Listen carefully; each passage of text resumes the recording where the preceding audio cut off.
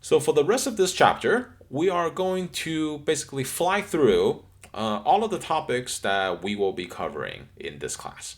Okay, and so don't worry, if you don't understand it, right, any of these concepts, because obviously we will go into each of these concepts chapter by chapter deeply.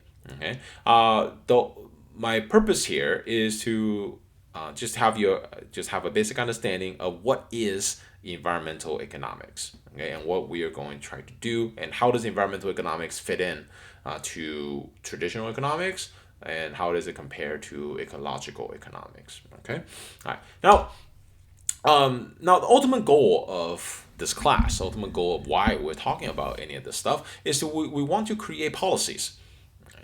And so whenever we're choosing between policies, trying to decide which policy to use, there are two broad categories that we can choose from, or I should say, every policy then can be broken down into two separate categories, right? One is a command and control style policy, and one is a market-based policy, or we say market-based solutions. And economics and environmental economics, right, rely more on market-based solutions. We prefer market-based solutions, which is policies that create economic incentives for behavioral change. Okay, let me give you an example why that is. Okay, all right. Now let's look at a problem that we all acknowledge that exists: the plastic. So plastic, particularly plastic in the ocean, is a serious problem. Right? You can Google Pacific garbage patch. Right? It's growing as a patch of trash and plastic that is increased to twice the size of Texas by now, I think. Okay, what do we do?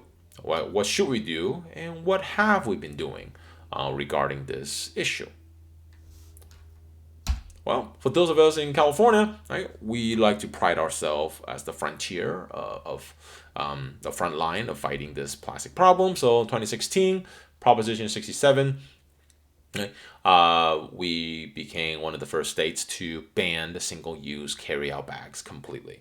Okay, and this is not the only. This is the first statewide policy, city by city. Right, there was already been implementations of banning plastic bag usage. Okay, all right. So this is an example of command and control policy.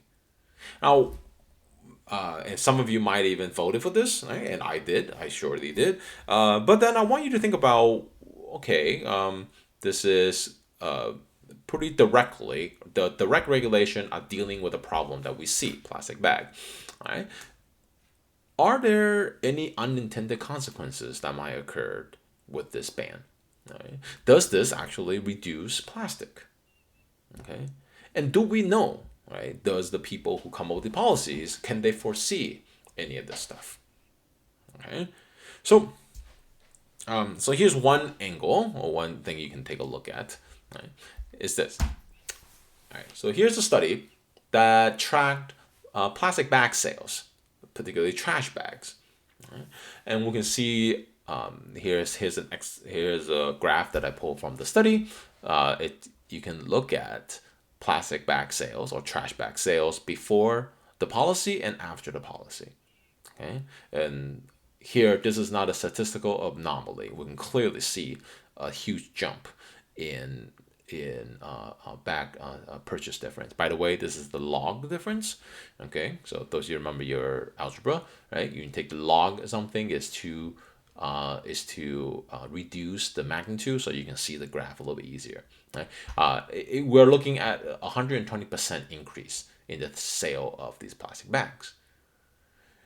And so, what the end result of this, right, is that we've instead of the thinner single-use plastic, now the usage of thicker plastic bags has increased. Okay. Now, I'm not saying this is not definitive in saying that the plastic bag ban was bad or has a net negative impact. Right? I'm not saying that. Right? But I'm saying But this is a story, right? That this is a phenomenon or a result that the people who designed the policy and the people who supported the policy did not foresee. right? Because like, why is this happening? Well, because for many households, like there's no such thing as single-use plastic bag. Right? When you go to the grocery store and then after you empty your groceries, you save that bag and you use it as trash bags. Right? Uh, the point of what I'm bringing up, the point of the story is most command and control policies simply doesn't have enough information like to predict the end result of the policy. And this is the information problem that economists are always trying to study. Right? Now, so what would be then? What would a market-based solution look like to deal with plastic? Well, we already have that actually. All right, the CRV, the California redemption value. Right?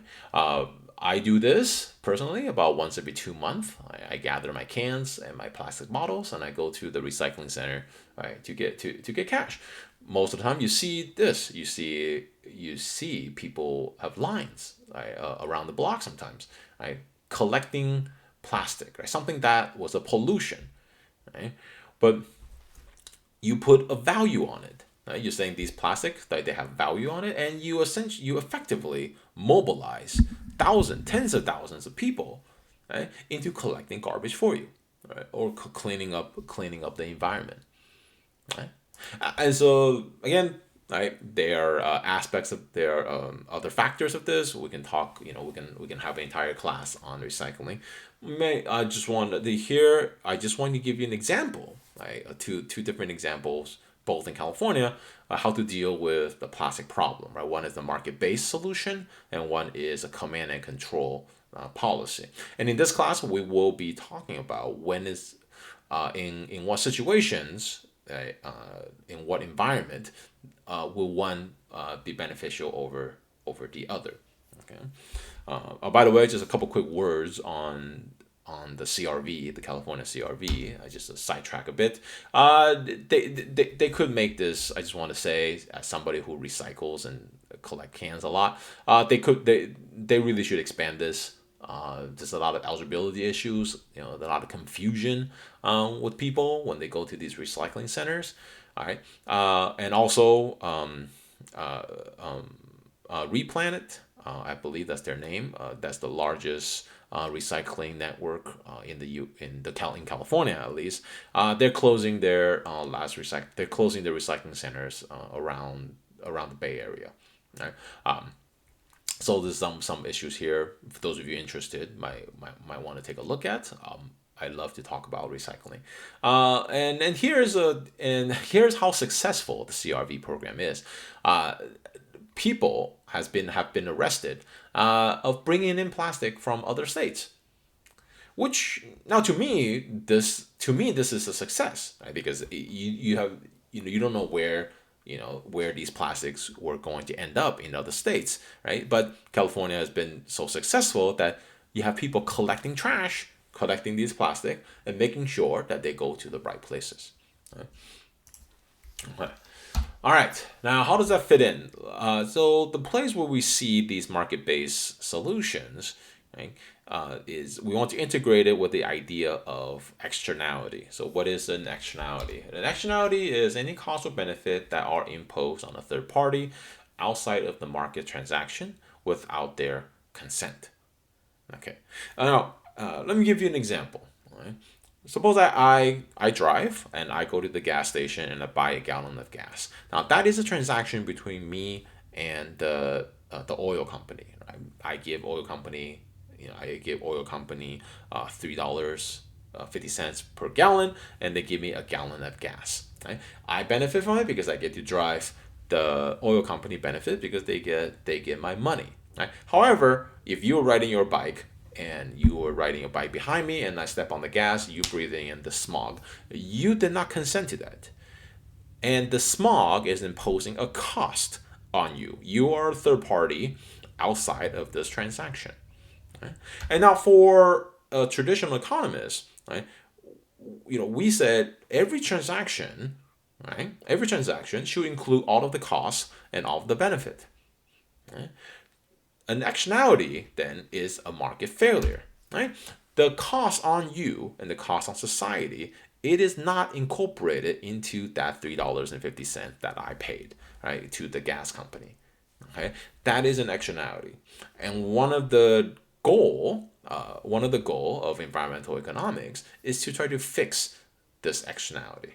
Right, we're gonna put a price on this on this cost.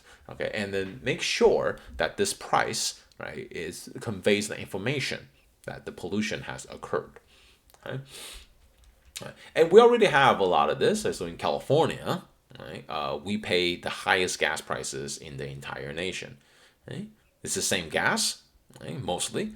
And so why is it so expensive? Well, we have a lot more tax on it. Like, and that those gasoline tax, right, is based upon this idea that gasoline has a negative externality. Overall, and we'll dig a lot deeper into chapter 3 when we get there, right? But overall, right, well, there's a couple of terminologies. When we have a negative, if externality have a negative impact, we call that a negative externality. There are also positive positive impacts from externality. Therefore, we will call those positive externality. As a general rule,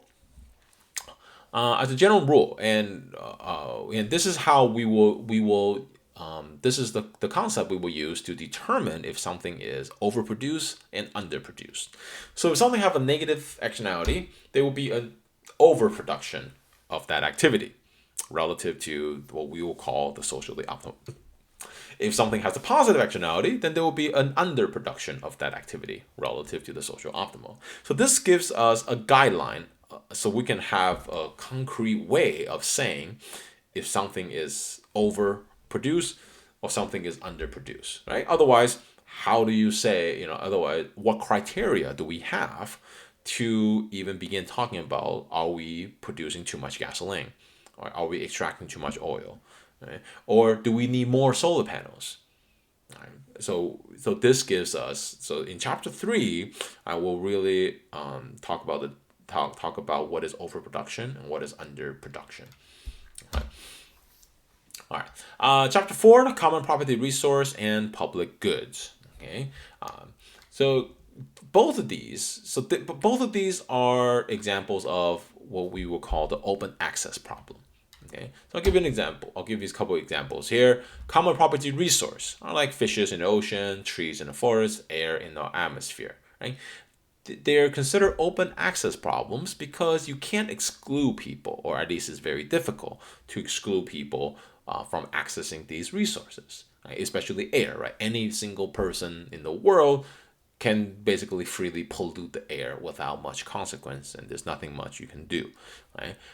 Trees in the forest, right? If a forest is really large, then any individual can just go in the forest and cut the trees down, right? It's really hard to catch them. And fishes in open ocean, international water, right? You get the idea, right? What are public goods, right? Well, like radio. It doesn't have to be public radio, by the way. It could just be any radio station. Lighthouse, national defense. Okay, so public goods are also open access. So you have a radio station, right? Then anybody with a radio can capture that signal, right? And there's nothing you can do about it. Once you publish the radio out there, then anybody with a radio can have access to it. You build a lighthouse, right? Anybody with eyes, right, and a boat can use the lighthouse, right? And you can't prevent other people from not using it. Same thing with national defense, right? Protecting the border, as long as anybody that's in this border, right, they can always use that. The difference between a common property resource and public good, and this is the very important difference, especially because we're going to be talking about policies, right? Is the idea of rival, right? So common property resource, over here, these are rivalrous. Okay, so what's rivalrous mean? It means that if I take one fish in the ocean, right, that means it's one less fish for somebody else. Right? I pollute the air. That means the air quality decreases the more I pollute the air. Now, public goods doesn't have a rivalrous problem. It's non-rival, right? If I plug in a radio and I listen to a signal, it does not diminish or decrease the quality nor the quantity of the resource. Right? Same thing with the lighthouse, and same thing with things like national defense. And there are plenty of other examples. Right? And so, because of this rivalrous nature, or the lack of, that we have very different policies to deal with these two different categories of resources. And it's a very important distinction that we need to make between them. Okay. All right. Optimal management of natural resource. Okay, that's chapter 5. So there are two types of natural resources: renewable and non-renewable. Right, and most of us understand what these means. Right, renewable resources are wind, solar, fishes, and trees. Right, non-renewable resources: coal, gas, oil, copper, gold, iron, and etc. Okay, and so mathematically, this is a little. This will be, just tell you now, this will be one of the more challenging sections of the class, and largely has to do with the time aspect of it. So when we manage natural resources, we're going to be doing it across time. Okay, and so mathematically, it just becomes more complicated. All right, just a fair warning. But it's everything that you're seeing in your algebra class. Nothing too advanced. Right? Okay. All right. Economic valuation of environmental goods and services. This over the years, this has become one of the more interesting chapters. So I've decided, even though it's chapter 6, I've decided to move this up in our schedule. So we will be talking about this chapter starting next week. Right? But what's the basic idea? The core concepts is that environmental goods and services can be valued in monetary terms. Now, why do we care? Why do we want to evaluate environmental goods and services in monetary terms? Right? Why does this matter? Right? To put a number on it. What is the value of a rainforest? What is the value of clean air? Well, if you remember from last class, right? Remember the story of the rainforest in Ecuador, right? That's clearly something that has value. Right? But yet is being destroyed, right? It is being destroyed and is being traded for oil. Now, why is that? Is the rainforest less valuable than oil? Is it? And you can make an argument, probably not. But why is the deforestation still happening? Well, we will consider that also a form of market failure. Right? It is something that has value, but it's a market failure because it doesn't have a price on it. And so in chapter 6, that's going to be our goal, to see if by putting a monetary value on these environmental goods and services, then we can begin a better conversation and make better policies on how to preserve it. And now this doesn't work for every environmental goods and service, okay? But surprisingly, it does work, quite well for most. Okay. Just as a quick preview, when we say economic value, our measurement of that is willingness to pay. How much are people willing to pay for something? Right? And then, I should also say that there are two types of values that we will be talking about. Economic value is what is measurable. Okay, that's the willingness to pay.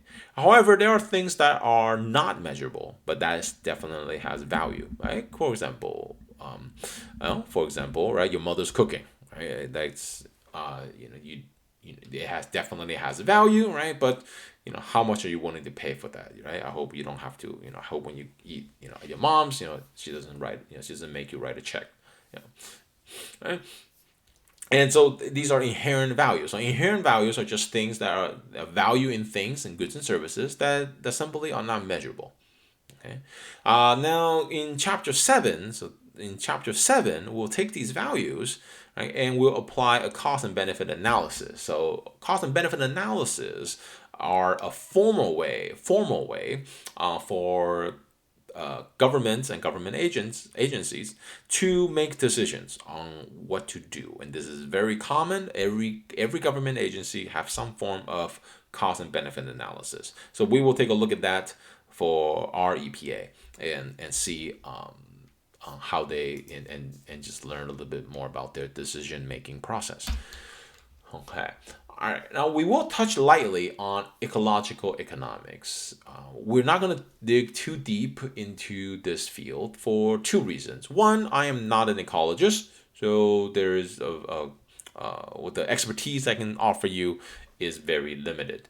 And the second reason is ecological economics as a field is pretty broad and loose. It's more of just a philosophy than it's really just a more of a philosophy than an actual field of study. Right? So we can look at the three core concepts. Right? The economic system is a subset of the broader ecological system. Sustainability should be defined according to ecological rather than economic criteria. It is essential to combine the viewpoint from different academic disciplines beyond economics.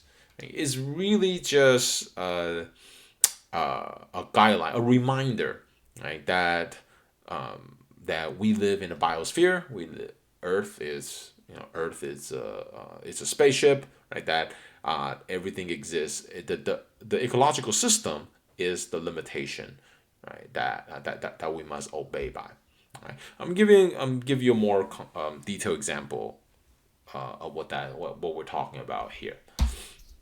So the traditional economists, right, view economics this way, or view all goods and services this way. Right? Here is a circular flow diagram, right? And when things become scarce, right? Well, when resources are starting to run out, the traditional economist, right, says basically, no worries, right? Because as things become scarce, then it will become more expensive. And as things become more expensive, well, then the market will innovate and create substitutes for these goods and services. Right? And so we don't have to worry about it. And the circular flow, right, illustrate this idea of continuous growth, right? That the economy can constantly grow forever. Right? And so resource then is not an issue. Okay. Now that and of course I'm not by pigeonholing all traditional economists into this. This is clearly a oversimplified a caricature of their philosophy, but this is the basic idea, right? That innovation, right, will create substitutes, right, for the resources that we need. Right? Now, what are the limitations? Obviously, there are many, but what are some of the limitations here? Well, the machine that drives this substitute, right, is prices. Okay, prices serve as incentives, right, to tell people and companies of what to produce. Give me an example, right? During our hurricanes, right, in disaster areas, the price of plywood tend to go up, right? And now this is one of the reasons why economists overall are against anti-gouging laws, because for those of you who never heard it, anti-gouging laws are laws that prevents people from selling emergency items at a higher price during a natural disaster or any kind of disaster, like really. And the reason why economists overall are against it is because those prices are important, right? So if you go into a disaster area and let's say that you want to help, right? What do you do? What do you bring? What resources do you bring in that area? Well, you can look at prices. If prices are allowed to fluctuate, right, then let's say plywood now has increased by 300%. Well, then you know that people need plywood. And there's a shortage of plywood, which is the only explanation on why prices are able to increase so much, right? And so prices, then people will bring plywood, or people in neighboring areas, right, will have the incentive now to bring plywood, right? Or people create alternatives to plywood, right, and so on. Right? And so price serves as the incentive, right, to drive this information, to transmit this information and create substitutes. Right? Another example, right, is we used to ride horses. Right? So this is a clip from a newspaper, right, back in 1894. So the Great Horse Manure Crisis of 1894. This is what a typical street looks like in a major city back then. Right? There's just every time you step out of the door, there's just horse manure. Okay? And one of the resources that were running out was land. Right? There was no place around the city, right, to put these manure. And one of the reasons why automobile came onto the market, right, is because of this problem, right? That keeping a horse is becoming more and more expensive, becoming too expensive. Because you have to remember, in the beginning, right, automobiles were not reliable. They were, in many factors, inferior to horses. Right? They don't start right away, and they're not that powerful. Right? But because of this problem in every major city, horses become too expensive to keep. Right? And so that's the traditional economic argument, is that innovation, right, will create, as long as prices are allowed to work through the system, right, then innovation will occur, substitutes will occur in the market. Okay, now what about resources that are not valued in the economy? What if there's no prices? Right? So as with the example of the Ecuador rainforest, right? Obviously that rainforest has tremendous value, but it has no price. And if it has no price, then no alternative, or there will be no incentive to preserve it, right? Right? The market fails in that case. All right. All right. So that's one limitation. Or what if we simply can't find the alternative resource, right? What if technological innovation is simply not enough? Right? What if there is no substitute, right, for these resources, right? No matter what the value of the resources are. Okay. All right. So environmental economics adds to the traditional economics. They're saying that it's not a closed loop, right? This economic system does have an output, which is the pollution and waste, and it requires more input than the traditional factors of production, right? All right. And so what does environmental economics try to do? We identify the market failure, we value the natural input and output, put a price on it, and then we use market-based solution to correct the market. Okay, so that's the environmental economics approach. Ecological economics expands that idea even further. Okay? It takes a little more of a more ecological view. It's just stating simply, look, environmental economics and economics is simply a subset, right, of the biological system. Right? So it doesn't matter what we do in here, right? This is the physical limitation. And this is basically ecological economics in a nutshell. It's a constant reminder, right, that you need to think about the physical limitations. Right? With all the fancy market forces, that we have, and the market policy that we have, you can't innovate. You can't innovate yourself out of this reality that we are in a biosphere. Okay? So what is ecological economics telling us to do is basically, whenever you try to make economic policies, you want to incorporate ecologists, you want to incorporate biologists, and so on, and you want to think about these ecosystems. Okay? Here's basically just what I just stated earlier. Right? So, and again, we'll touch more on ecological economics in later chapters. Right?